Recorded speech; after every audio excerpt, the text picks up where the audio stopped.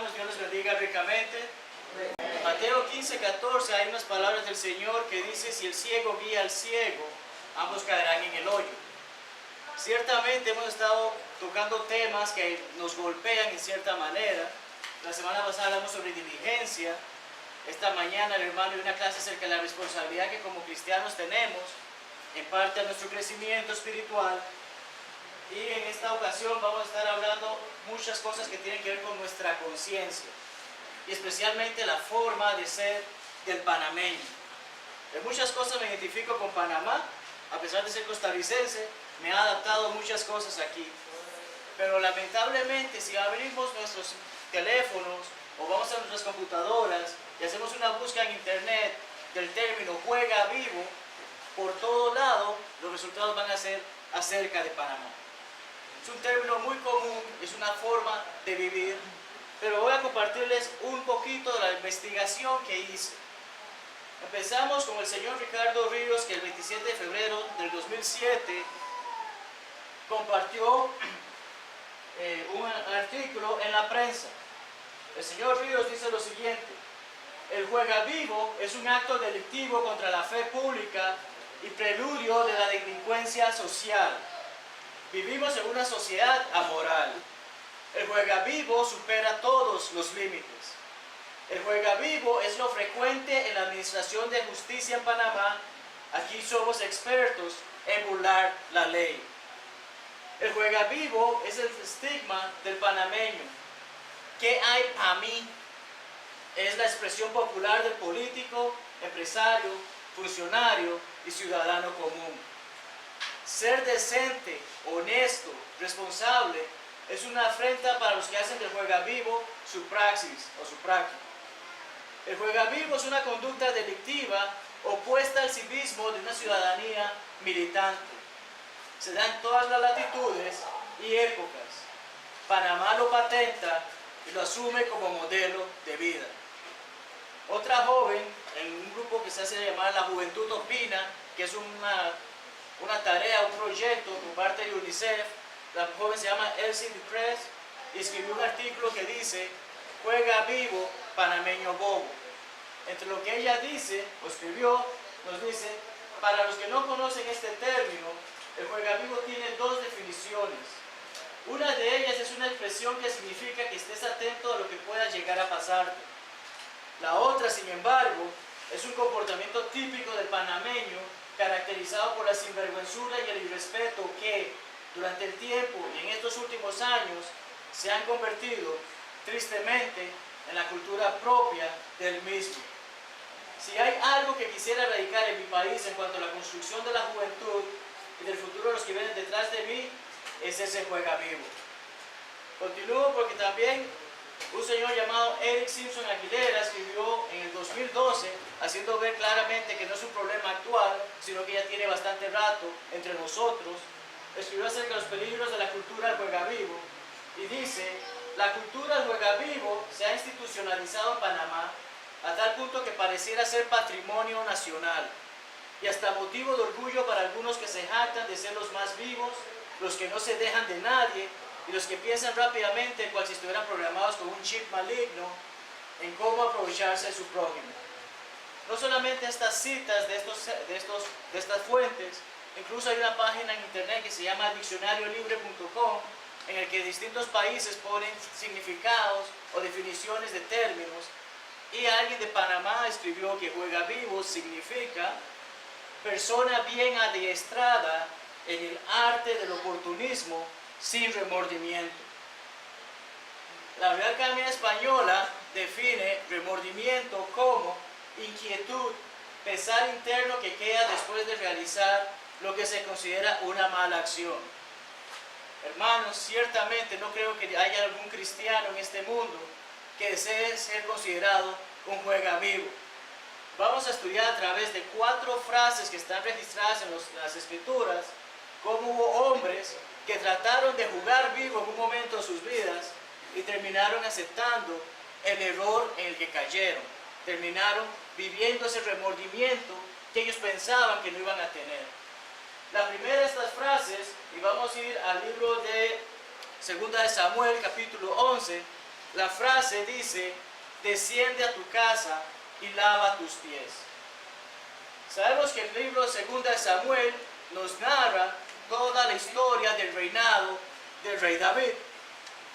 Capítulo 11 es muy popular y es muy conocido porque sabemos que es uno de los mayores errores que David cometió en su vida.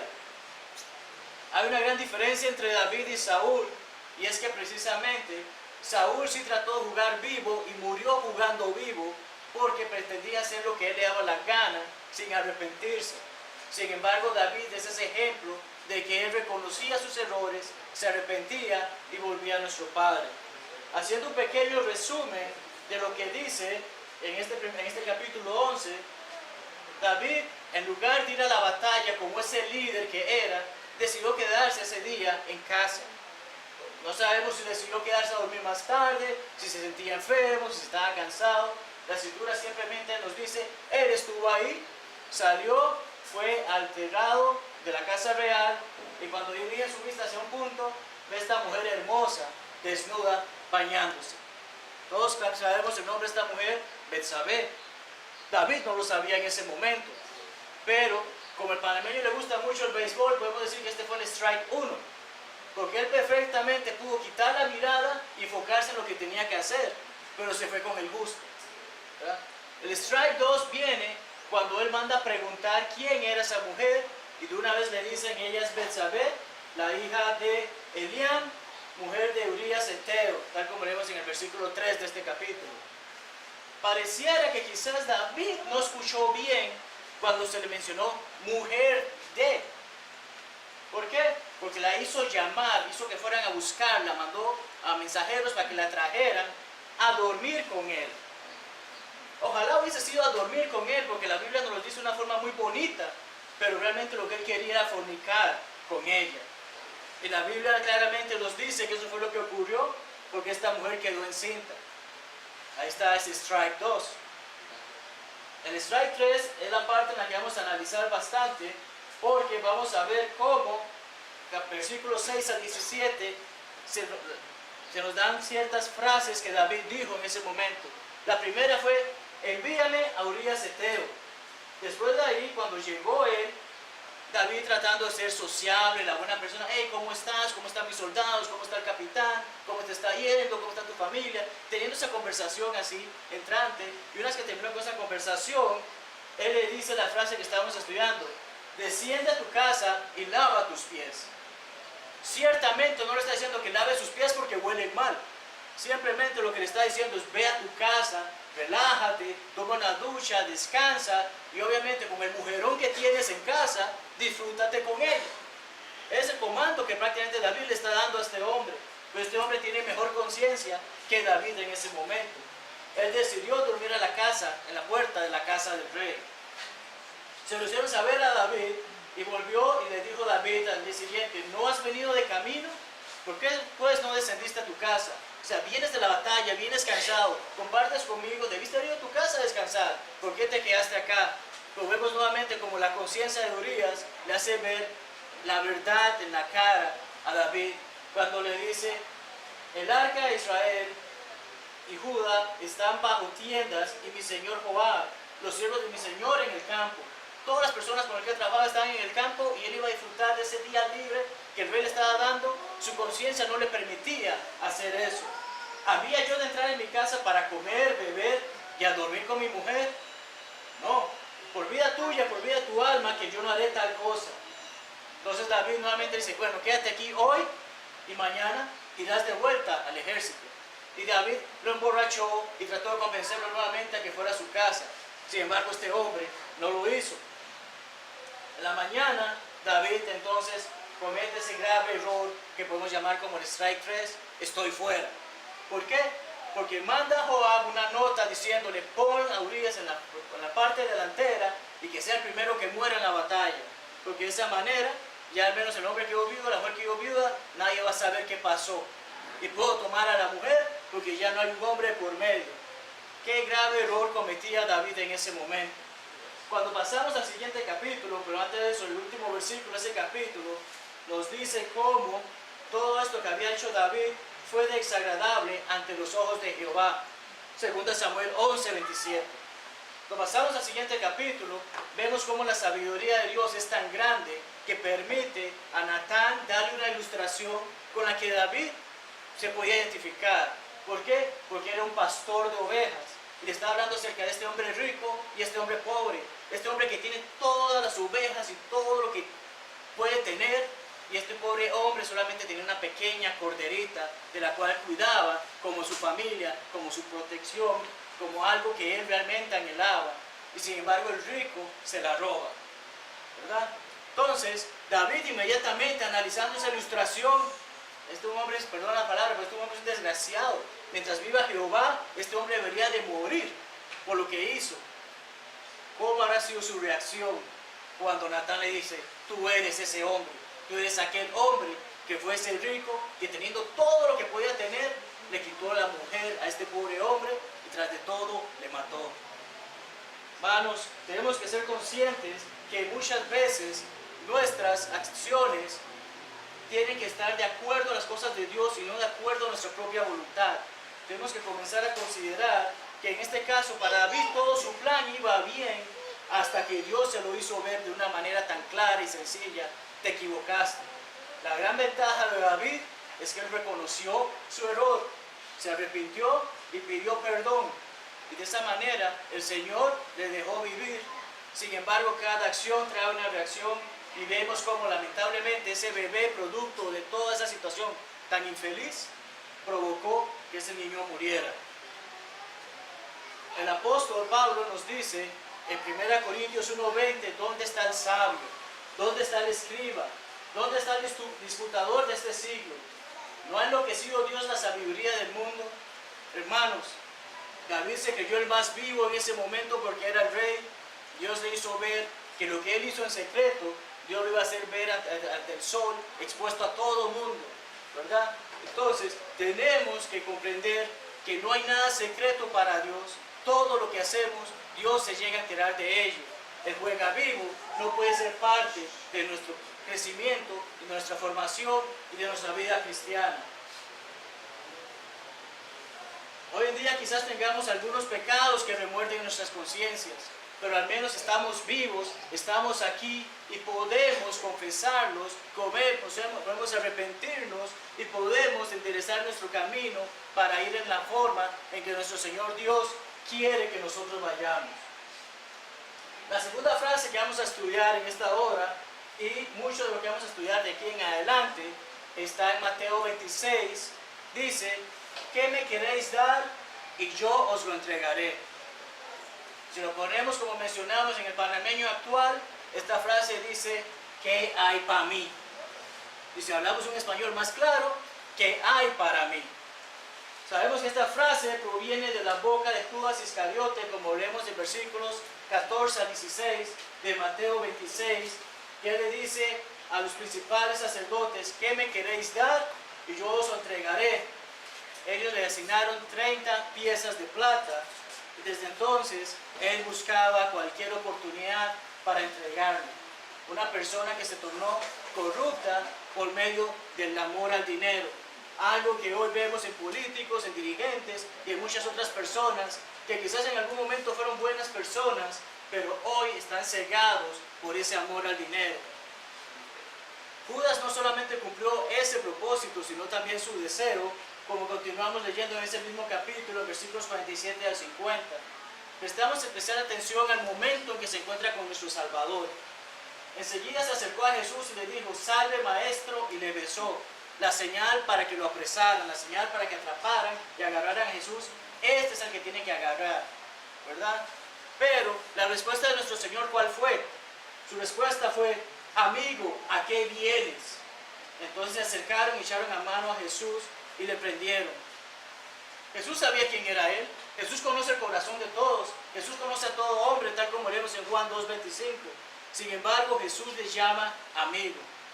La palabra griega que fue traducida como amigo en nuestras Biblias, literalmente significa miembro del clan, compañero, camarada.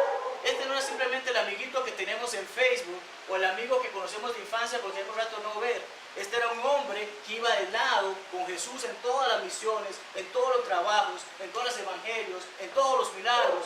Judas junto con los demás estuvo ahí. Mateo fue otro camarada de él, estuvo con él. Y interesantemente esta palabra griega solo aparece 4 veces en todo el Nuevo Testamento, y esas 4 veces son en el libro de Mateo. Cuando Judas vio lo que realmente hizo, es cuando ese remordimiento llegó. Y continuamos leyendo en el capítulo 27, versículo 5, cuando él dice: yo he pecado entregando sangre inocente. ¿Cuál fue la respuesta de aquellos con los que trabajó, aquellos a los que sirvió, aquellos que dieron estas 30 monedas de plata? ¿Cuál fue la respuesta de ellos cuando él presentó esa inquietud de que me arrepiento de lo que hice? Ese es tu problema, a nosotros no nos importa, allá tú. Esa es la respuesta que ellos le dieron. Hoy en día, si sucumbimos hacia las tentaciones del mundo, hacia lo que nuestros compañeros de trabajo o de la escuela nos quieren guiar a hacer, alejarnos de la iglesia, alejarnos del Señor, a dejar de hacer lo que el Señor desea que hagamos, simple y sencillamente va a llegar el momento en que esos mismos super amigos que decimos tener nos van a decir: a mí no me importa lo que te pase, allá tú es tu problema, ¿verdad? Tenemos que comprender y trabajar arduamente para no caer en ese error. Un triste final de Judas, que en lugar de recapacitar, el remordimiento era tan grande en él que no le permitió pensar bien, recapacitar y en ese momento turnarse y volver a Cristo y pedirle perdón, buscarle y servirle como lo estuvo haciendo anteriormente, aceptar que se creía equivocado y que pudiera encaminar su camino. Sin embargo, la peor decisión en su vida fue precisamente el que decidió quitársela. Esa es una vida que muchos consideran fácil, pero es el resultado de alguien que quiso vivir el juego vivo y después no supo cómo salir de ese problema por medio del arrepentimiento que el Señor nos insta a tener. Recordemos en 2 Pedro 3:9, lo mismo que David hizo es, él buscó, el Señor no quiere que nadie perezca, mas que todos vengan al arrepentimiento. David lo hizo y por eso es contado como un hombre de acuerdo, conforme al corazón de Dios. La tercera frase que estudiaremos esta mañana viene del mismo capítulo 26 de Mateo y es: no sé lo que dices. Es increíble y a veces difícil de asimilar cómo un hombre cuya confesión es nuestra roca de salvación hoy en día pudo haber negado al Señor. Cómo un hombre que trabajó mano a mano con el Señor y le defendía pudo llegar a ese punto de que no sé quién es. Y todo eso claramente lo leemos en Mateo 26, 69 al 75. Los últimos versículos de este capítulo de Mateo, en donde se nos dice claramente cómo si primero se presentó una oportunidad que él pudo confesar a nuestro Señor, dijo: no sé lo que dices. Segunda oportunidad se le presentó: no conozco al hombre. La tercera oportunidad que se le presentó, comenzó a actuar como las personas que estaban ahí, comenzó a maldecir, comenzó a jurar, comenzó a ser parte de ellos, decirles que no, yo no tengo nada que ver con ese hombre, yo no sé quién es, dejen de estar inventando, dejen el bochinche, yo no sé quién es este hombre. Esa fue la actitud que tomó en ese momento, porque para proteger su propia vida, tomó la actitud de las personas que estaban alrededor de él, haciéndose pasar con él, como ellos, porque el mismo texto nos dice, no solamente era que sabían quién andaba con él, su forma de actuar, su forma de hablar, hacía claro que él era uno de los discípulos de nuestro Señor. Sin embargo, él decidió hacer todo eso, cantó el gallo, y fue cuando nuestro Señor le miró, y este hombre lloró amargamente. Pero es un claro ejemplo que él fue tan humano como nosotros lo somos hoy en día. Habrán habido algunas ocasiones en nuestra vida que hemos negado a Jesús. Habrán habido algunas oportunidades que hemos tenido de hablar a la gente acerca de nuestro Salvador y lo hemos negado, hemos decidido dejarlo para después. Sin embargo, tenemos que poner en práctica que Dios nos da esa oportunidad de arrepentirnos y volver al camino que es. Mateo 10, 32, 33 nos dice las palabras que nuestro Señor dijo: cualquiera que me confiese delante de los hombres, le confesaré delante de mi Padre que está en los cielos. De esa misma manera, cualquiera que me niegue, le negaré delante de mi Padre que está en los cielos. Pedro sabía esto. Pedro estuvo ahí, Pedro escuchó estas palabras y sin embargo le negó. Sin embargo, tomó esa decisión sin embargo tuvo oportunidades. Y vamos a ver cómo, interesantemente, el inspirado escritor Mateo, el capítulo 16, capítulos y versos no existen en la Biblia, esos fueron agregados después para ayudarnos en nuestro estudio. Pues es interesante cómo este escritor inspirado pasó de un capítulo 16 a 10 capítulos después, como hubo una confesión y pasó una negación. Sin embargo, Mateo no vuelve a mencionar a Pedro en el resto de sus escritos. La palabra es tan poderosa y tan potente que, tal como 2 Timoteo 3, 16 a 17 nos dice, toda palabra es inspirada por Dios y nos permite crecer a llegar a ser completos para dedicarnos a toda buena obra. Vemos como, a pesar de que Mateo no escribió más sobre Pedro o qué pasó después, el apóstol Lucas, el escritor Lucas, sí nos habla de él y nos dice que Pedro, cuando se dio el momento en que las mujeres fueron al sepulcro y vieron que el cuerpo no estaba, se acercaron a los discípulos y Pedro salió corriendo al sepulcro. Cuando miró dentro, vio los lienzos solos, se fue a casa maravillándose de lo que había sucedido. Entonces vemos cómo nuestro Señor, en la palabra tan inspirada que tenemos hoy en día, nos dice cómo este hombre que lloró amargamente porque reconoció el error que cometió, ahora estaba maravillado de ver que efectivamente nuestro Señor había resucitado. Lucas 24, 8 al 12. El apóstol Juan, que es bien conocido como el discípulo a quien Jesús amó, también nos da más detalles acerca de qué pasó después de ese evento de la negación de Pedro. Nos dice en Juan 20, 1 al 10, cómo, la misma historia, cómo él llegó al sepulcro. En Juan 21 se nos habla cómo se apareció Cristo mientras los hombres ya habían decidido vamos a pescar, entre ellos Pedro, dando esa orden. Incluso Pedro, en el momento que estaba pescando, se encontraba desnudo, pero cuando Juan le dijo, ese es nuestro Señor, se vistió, se tiró al mar y fue en busca de nuestro Señor. Podemos ver claramente en los versículos 15 al 17 cómo el Señor le está dando una misión, cómo el Señor le está dando esa segunda oportunidad a Pedro de que vaya apaciente a sus ovejas. Dios nos da segundas oportunidades, nosotros somos los que decidimos, las tomamos o no. Hoy en día algunos quizás estamos haciendo cosas que son indebidas, algunos tal vez estamos jugando vivos de una u otra manera, pero Dios nos da esa oportunidad de arrepentirnos y volver a empezar. La cuarta frase que vamos a estudiar en este día es, ¿acaso soy yo? ¿Acaso soy yo? Son las palabras que Caín, en una forma irrespetuosa, en una forma desafiante, le dijo a nuestro Padre Celestial, cuando nuestro Padre Celestial le preguntó dónde estaba su hermano. Él respondió, ¿acaso soy yo el guardián de mi hermano? Dios no necesitaba preguntarle, Dios todo lo sabe, pero le está dando esa segunda oportunidad a Caín de que él pudiera reconocer su error, pudiera arrepentirse y tomar el buen camino. Sin embargo, no lo hizo. Es la misma frase que se hicieron cada uno de los discípulos cuando estaban en ese momento en la cena del Señor y Él les informó, uno de ustedes va a entregarme. Cada uno se empezó a preguntarse a sí mismo, ¿acaso soy yo? ¿Acaso soy yo? ¿Acaso soy yo? Pero como ya hemos estudiado minutos antes acerca de Judas, cuando él se preguntó, ¿acaso soy yo? De una manera hipócrita, porque él ya lo sabía, porque ya había hecho ese acuerdo con los sacerdotes, Cristo mismo siempre se lo dijo, tú lo has dicho. Mateo 26, 25. Hermanos, hemos hecho mucho énfasis acerca de jugar vivo, jugar vivo, jugar vivo, porque lamentablemente forma parte de la cultura panameña, no debe formar parte de la cultura cristiana. Vamos a ver algunos ejemplos que quizás hayan ocurrido en esta congregación o en otras, pero que tenemos que considerar, porque el problema no solamente es en Panamá, el problema también puede estar en Costa Rica, en Estados Unidos, donde sea que el cuerpo de Cristo se reúne, porque van a haber hermanos que no están buscando hacer lo que es correcto, sino solamente su propia voluntad. Es muy triste ver cómo hermanos buscan en la lotería y en los casinos aquello que no buscan en un trabajo digno. Es triste ver cómo hermanos tratan de ir a esos centros a buscar dinero para continuar con sus vicios, en vez de llevar ese dinero para contribuir a ellos mismos y a sus familias. Es triste ver cómo muchos de ellos despilfarran este dinero en vez de ser dadores alegres y agradecidos con nuestro Señor, tal como la palabra nos enseña, que prefieren despilfarrar ese dinero en cosas sin sentido, en cosas pecaminosas, en lugar de darlo para la obra del Señor.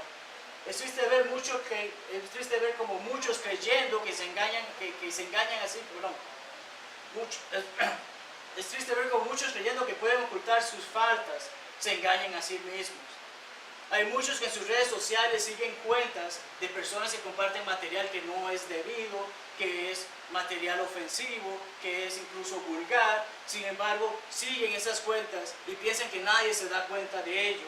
Y hasta incluso le dan clic en ese botoncito que dice me gusta. Hay muchos de ellos que incluso tienen el descaro de crear una cuenta falsa para ver esas cosas sin que los demás se den cuenta, sabiendo que Dios todo lo ve. Otros buscan popularidad y aliento de miles de seguidores, pero ninguno de ellos realmente está para con ellos, solamente quieren ver el desorden que hacen con respecto a lo que ellos están practicando, que están haciendo, porque siguen al mundo y no siguen a Dios. ¿Por qué no sacamos ese tiempo para buscar compartir mensajes y enseñanzas y material que sea motivacional para que obedezcamos a Cristo, para que tengamos esa aprobación de Dios y que podamos actuar de esa manera correcta? Es triste ver cómo hay hermanos que se desvían por el fútbol o cualquier otro deporte, ya sea que el Barcelona juegue a las 3 de la tarde o el Real Madrid, o que haya partido de béisbol a las 9 de la noche y estoy en el Roca Cruz de las 6 de la tarde haciendo fila. Sin embargo, aquí llego a las 11:30 porque nada más quiero participar de la cena, porque alguien me ha dicho que eso es el único mandamiento. Hermanos, tenemos que ser realistas y conscientes, por más que nos duela, tenemos que estar claros que la adoración consiste en todo el proceso que sacamos el tiempo en domingos, no solamente para cumplir con ese pequeño mandamiento. Es triste ver que hay hermanos que juegan vivo y se toman cosas que pertenecen al templo, ya sean instrumentos de cocina o himnarios o materiales que incluso los hermanos con mucho esfuerzo traen para que estén disponibles para que nuestros niños puedan crecer espiritualmente. Es triste ver que hay veces que buscar a ver cómo obtenemos material para que nuestros niños puedan estudiar, porque nuevamente utilizamos nuestro dinero en cosas que no son edificantes para la obra del Señor. En Hechos 4, 32 a 35, leemos cómo los hermanos tenían todas las cosas en común, no había entre ellos ningún necesitado, todo lo ponían a los pies de los apóstoles y se repartía cada uno según su necesidad. Hermanos, recordemos una y mil veces, somos una misma familia. Si hay un hermano en necesidad, hágalo saber y entre todos los hermanos buscamos una manera de apoyarlo. Pero simple y sencillamente tomar algo prestado sin pedirlo o tomar algo a escondidas no es simplemente tomar algo prestado, literalmente es robar. No podemos hacer ese tipo de acciones, no podemos tener ese tipo de actitudes porque tenemos que seguir al Señor en espíritu y en verdad. Todas las cosas materiales pueden reponerse, pero nuestra reputación, hermanos. ¿Acaso algunos que estamos aquí nos gustaría que alguien en la calle nos diga: tú dices ser cristiano por lo que eres un juega vivo, tú eres un vividor, tú eres una persona que no hace las cosas que dices que haces? Estoy seguro que nadie quiere escuchar eso. Estoy seguro que nadie quiere vivir esa situación. Somos parte del cuerpo de Cristo. Hagamos que valga la pena. Hagamos que, si Cristo murió por mí, yo voy a dar todo lo posible en mí para hacer que Cristo se sienta contento, se sienta alegre y me reciba cuando ese día llegue. El vivir de acuerdo con el mundo no es una opción para nosotros. Examinemos cada uno de nosotros y hagamos esa misma pregunta. ¿Acaso soy yo? ¿Acaso soy yo el que está disminuyendo la espiritualidad de mis hermanos? ¿Acaso soy yo el que no está dando ese ejemplo para que mi hermano o mi visita pueda obedecer el Evangelio? ¿Acaso soy yo el que realmente está haciendo las cosas que no deben de ser y sin embargo no quiero reconocerlo? Es este momento de reconocerlo, hermanos. Para concluir, leamos Gálatas 6, 7 al 9. El apóstol Pablo en simples palabras nos habla acerca de esta actitud que no es parte del juega vivo, sino que es parte de la actitud del cristiano. No os engañéis, Dios no puede ser burlado, pues todo lo que el hombre sembrare, eso también segará. Porque el que siembra para su carne, de la carne segará corrupción, mas el que siembra para el Espíritu, del Espíritu segará vida eterna. No nos cansemos pues de hacer bien, porque a su tiempo segaremos si no desmayamos. Es esta oportunidad la que tenemos para estudiar acerca de hombres que en algún momento de sus vidas decidieron jugar vivo y vemos cómo hubo repercusiones en base a sus acciones. Del primer hombre vimos cómo su deseo carnal provocó que su hijo, producto de esa relación, muriera. Del segundo leímos cómo su deseo por el amor al dinero, por tener riquezas, provocó que cuando entregó a nuestro Señor, simple y sencillamente, el arrepentimiento no le permitió llegar allí al punto de que decidió quitarse su vida. Y que el tercero, a pesar de que le negó no solamente le negó 3 veces a nuestro Señor, Lucas nos dice claramente cómo él, cuando negó al Señor por 3ª vez, nuestro Señor volvió a verlo. Nos gustaría que el Señor nos vea con cara de decepción, que Él diga que no puedo creer que hayas hecho esto. Ciertamente podemos comprender por qué Pedro lloró tan amargamente. Y deseo que ninguno de nosotros tenga que llorar amargamente cuando ese día llegue, porque no hemos hecho lo que nuestro Señor nos dice. De ahí que hemos hecho todo este estudio para reconsiderar, para poner nuestra conciencia a trabajar y para ver si realmente le estamos dando a nuestro Señor lo que debemos de darle. Hoy tenemos esa oportunidad de dejar de jugar vivo para realmente vivir para el Señor. Hoy tenemos esa oportunidad de que si estamos mal en nuestras vidas, podamos arrepentirnos y corregirlas. De ahí que siempre les damos esta invitación, tal como el plan de salvación nos les enseña, que hemos escuchado la palabra del Señor, hemos creído que el Señor vive, hemos creído que Dios existe. Tenemos esta oportunidad hoy, en este momento, arrepentirnos, cambiar nuestras vidas, hacer las cosas para el Señor y no para nosotros, hacer todo para la gloria de Dios y no para nuestra vana gloria, poder confesar el nombre de nuestro amado Señor Jesucristo y de esa misma manera ser bautizados por el perdón de nuestros pecados. Es esa la puerta de entrada al cristianismo. Esa es la puerta de entrada a ser los cristianos, tal como la Biblia nos llama a secas. Es como de esta manera podemos entrar y servir al Señor en todo lo que hagamos.